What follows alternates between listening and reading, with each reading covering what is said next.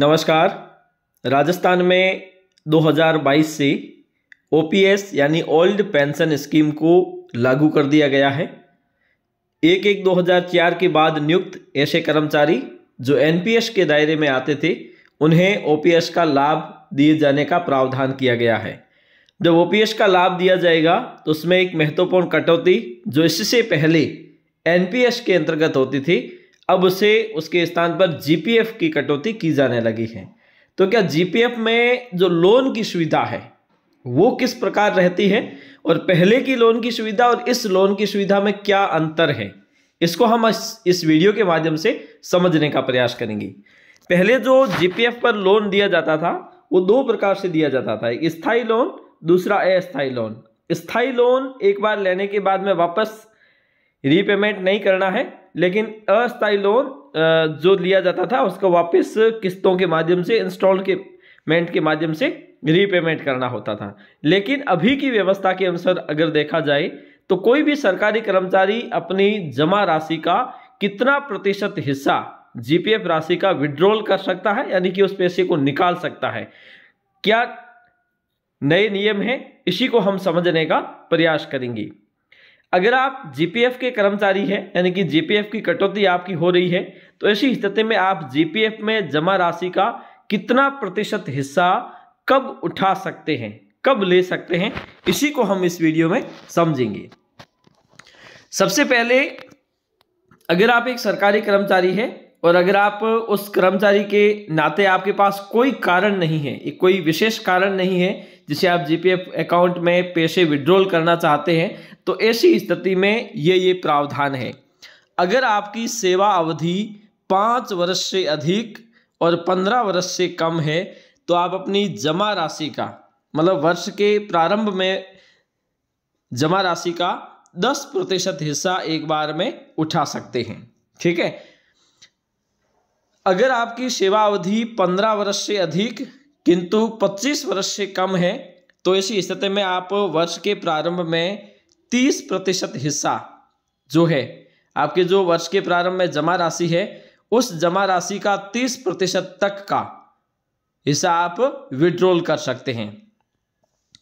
अगर आपकी सेवा अवधि 25 वर्ष से ज़्यादा किंतु 30 वर्ष से कम है तो ऐसी स्थिति में आप जमा राशि का 40% हिस्सा विड्रॉल कर सकते हैं।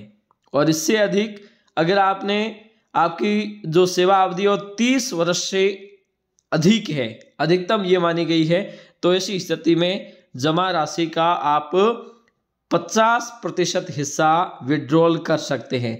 या फिर जो जीपीएफ कर्मचारी है उसे सेवानिवृत्ति में 5 साल ही बचे हैं, यानी कि 60 माह ही शेष है, तो ऐसी स्थिति में आप जमा राशि का 90% हिस्सा एक मुश्त विड्रॉल कर सकते हैं।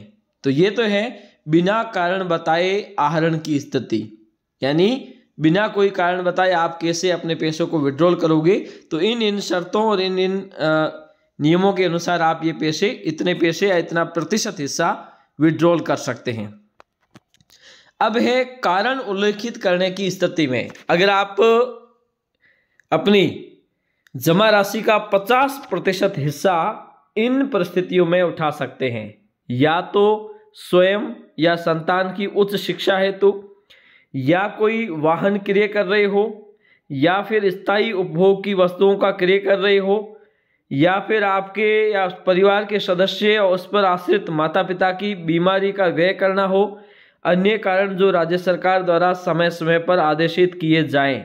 आहरण की सीमा है तो वास्तविक व्यय जमा का 50% जो भी कम हो तक की सीमा में ही आहरण किया जा सकेगा। तो ये 5 कारण होने की स्थिति में, इन 5 कारणों में से किसी एक कारण होने की स्थिति में आप अपनी जमा राशि का 50% हिस्सा है वो एक मुश्त विड्रॉल कर सकते हैं। इसके अलावा आप अपनी जमा राशि का 75% हिस्सा भी विड्रॉल कर सकते हैं इन परिस्थितियों में। कौन सी परिस्थितियों में?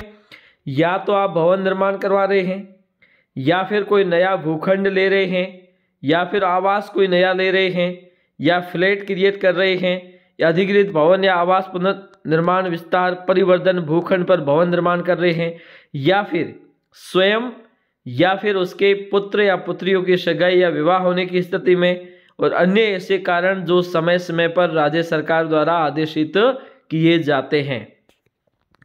तो पहले की व्यवस्था के अनुसार लोन दो प्रकार से होता था, अस्थाई और अस्थाई। अब केवल स्थायी लोन ही होता है, जिसे आप केवल उससे विड्रॉल कर सकते हैं, वापस रीपेमेंट करने की आपको आवश्यकता नहीं होती है। तो अगर आप भी एक सरकारी कर्मचारी हैं और जीपीएफ कर्मचारी हैं तो ऐसी स्थिति में आप भी इस प्रकार से लाभ ले सकते हैं। आज के लिए इतना ही, धन्यवाद।